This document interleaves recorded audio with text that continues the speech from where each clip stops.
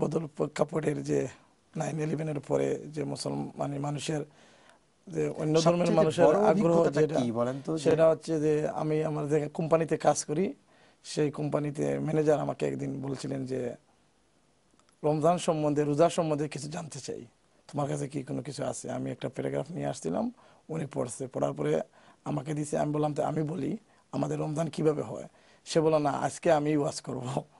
সে বক্তব্য দিল এবং না দেখেই এটা বলল যে আমার ঈসা আলাইহিস সালাম 40 দিন রমজান রোজা রেখেছেন, মুসা আলাইহিস সালাম 40 দিন রেখেছেন এবং ইসলাম ধর্ম এটা সব নবীদের উপর ফরজ ছিল, তো আমরাও মনে করি আমাদের জন্য এটা ফরজ হয়ে গেছে।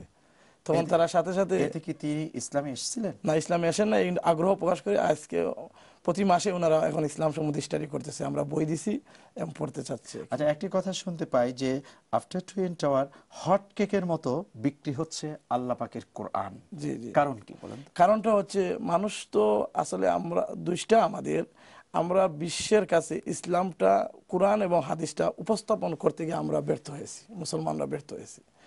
এই জন্য অন্যরা জানে যে ধর্ম, যে ইসলাম ধর্মটা এটা মানে খারাপ, মারামারি, হাঙ্গামা, জিহাদ এইসব। কিন্তু যুদ্ধের পর ক্ষেত্রে যখন মানুষ এইসব জানলো যে ইসলাম ধর্ম এই না আর কি, তখন তারা বাস্তবতা নিয়ে, কোরআন তো পাশেই আছে তাদের, তারা স্টাডি করলো, দেখে না কোরআনে নাই। তখন একটা জিনিস নেগেটিভ থেকে পজিটিভে আসে, আসার পরে দেখে যখন এরকম তখন জানাজানি হয়ে গেছে, এখন ক্লিয়ারেন্স দিয়ে দিছে যে ইসলামে এইসব কোনো কিছুই নাই, ইসলাম হচ্ছে ক্লিন শান্তি ধর্ম, এবং এটাই দেখেই তারা ইসলামের দিকে আগ্রহ হচ্ছে। শুধু দর্শক, এতক্ষণ পর্যন্ত আমরা যা জানলাম তা হলো অমুসলিমদের সাথে মুসলিমদের সম্পর্ক। আমরা যা জেনেছি এবং আরও জানব তা একটি, তা হলো যে কোনোদিন সম্পর্কে ভাটা লাগবে না, বরং সম্পর্ক মধুর থেকে মধুর হবে, এটাই হলো স্বাভাবিক। এটা ইসলামের কামনা, এটা সারা দুনিয়ার ধর্মের কামনা। 2 নম্বর হলো যে বিষয়টি আজকে কিছুটা হলেও আমাদের মধ্যে ভাটা পড়েছে, তা হলো আমরা নিজেদেরকেই ভালোবাসতে জানি না, অন্যকে কি করে ভালোবাসবো। এটা একটি কারণে আমি মনে করি যে সংকীর্ণতা। আমাদের সংকীর্ণতার ঊর্ধ্বে উঠতে হবে।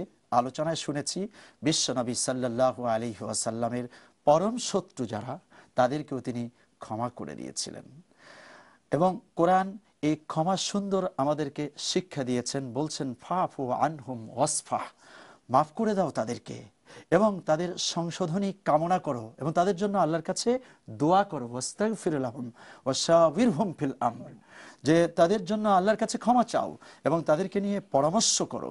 ঠিক এমন মানসিকতা যদি আজও আমাদের মধ্যে তৈরি হয়, তাহলে ইউরোপ নয়, আমেরিকা নয়, সারা বিশ্বের প্রান্তর টু প্রান্তর ইসলামের শান্তির সুশীতল হাওয়া প্রবাহিত হবে এবং লোকেরা ইসলামের এই সুশীতল ঝান্ডা তলে সমবেত হয়ে আল্লাহর জান্নাতমুখী হয়ে পড়বে।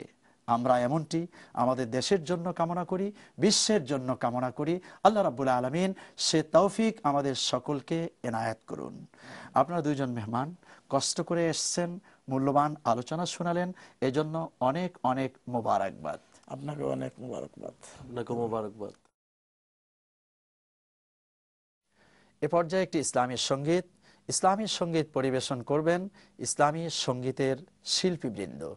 দুঃখের দিনের দরদি মোর নবী কামলিওয়ালা, নবী কামলিওয়ালা। দুঃখের দিনের দরদি মোর নবী কামলিওয়ালা, নবী কামলিওয়ালা। তুমি আসবে জানি আধার রাতে, জ্বলবে চিরাগ লালা, নবী কামলিওয়ালা। দুঃখের দিনের দরদি মোর নবী কামলিওয়ালা, নবী কামলিওয়ালা।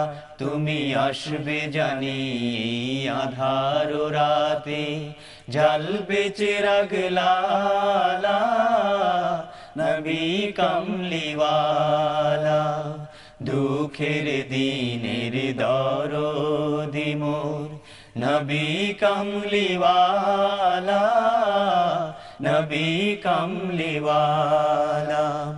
জাগবে যাবে বক্ষে আমার অপার তৃষা সাত সাহারা।